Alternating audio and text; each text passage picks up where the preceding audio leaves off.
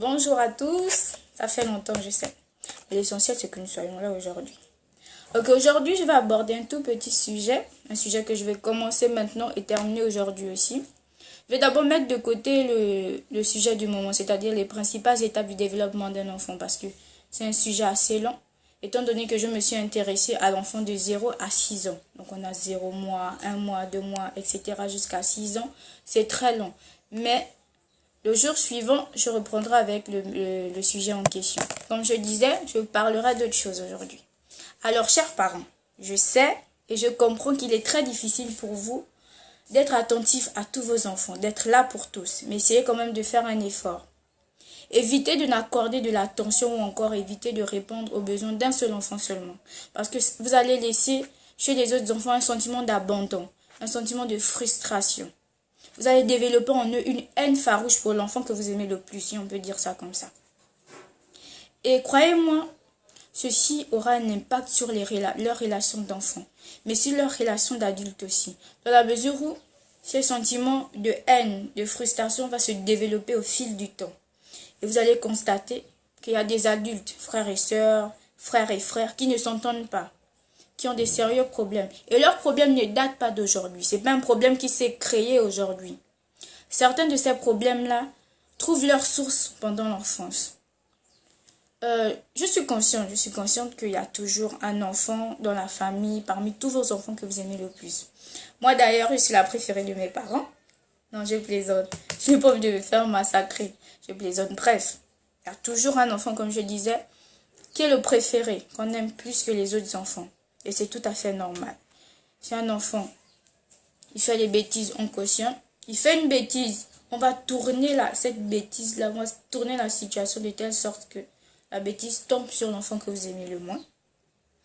Tout ce qu'il demande, vous cédez à toutes ses caprices, tout ce que vous demandez, tout ce qu'il vous demande, vous donnez. Même si ce qu'il vous demande n'est pas assez important comparé à ce que l'autre vous demande, vous allez le privilégier. Et ça va frustrer l'autre enfant. Ça va créer en lui un comportement antisocial. Un comportement antisocial qui va se manifester, par la colère, donc il sera en colère tout le temps. Il sera en colère contre vous. Il sera en colère contre lui-même aussi. Il sera en colère contre l'enfant que vous aimez le plus. Il va le frapper. Il va détruire ses jouets. Des jouets que vous achetez à cet enfant-là, mais qu'à lui, vous n'achetez pas. Il va détruire ces jouets-là. 2. La solitude. Il sera tout le temps dans son côté. Seul, ne parlera à personne le plus souvent.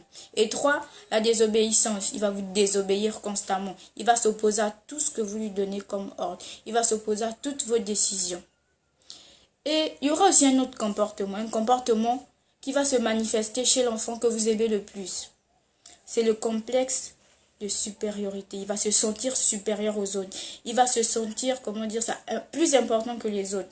Étant donné que vous lui avez fait croire, ou encore vous lui avez montré qu'il est plus important que les autres, c'est normal. Mais ça, ceux qui sont déjà dans cette spirale infernale-là, vous pouvez encore y remédier. Parce qu'ils sont encore enfants. Et leur lobe temporal, c'est-à-dire la partie du cerveau qui mémorise les événements de tous les jours, qui garde les souvenirs. Le lobe frontal, le lobe temporal, autant pour moi, de l'enfant n'est pas encore assez développé. Donc facilement, vous pouvez, effacer tout ce qu'il y a de négatif que vous avez mis dans le lobe temporal, on va dire ça comme ça. Tous les événements négatifs là, vous pouvez les effacer et les remplacer par des événements positifs en changeant votre comportement. Et ces nouveaux événements positifs vont influencer son comportement et son comportement redeviendra normal. Voilà. Donc, en conclusion, chers parents, évitez la préférence, évitez la différence entre vos enfants. Parce que, mine de rien, c'est un comportement, vous trouvez que c'est un comportement anodin, c'est normal. Mais derrière ce comportement-là se trouve une bombe à retardement. Et lorsqu'elle va exploser, derrière, il y a, il y aura de nombreux dégâts. Vous avez des comportements antisociaux, des personnes qui ont des comportements sociopathes aujourd'hui. Vous allez me dire que les comportements sociopathes, psychopathes, c'est seulement en Occident. Non, c'est aussi en Afrique, c'est partout. Parce que l'être humain est composé aussi bien physiquement que psychologiquement de la même façon. Donc, sociopathie, psychopathie, c'est partout. Et ce comportement-là, c'est parfois vous qui le développez dès le bas âge. C'est vous qui faites en sorte que ce comportement-là se développe chez vos enfants. Parfois, je dis bien parfois. Par vos comportements aussi. Donc, évitez tout cela, comme je disais. Voilà. C'est tout pour aujourd'hui. Et comme je disais au début, la prochaine fois, je vais revenir sur les principales étapes du développement d'un enfant.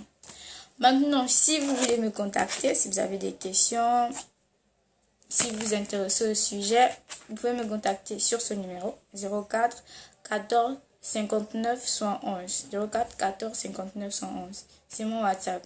Juste pour les questions sur le sujet. Ok. Bon, bye.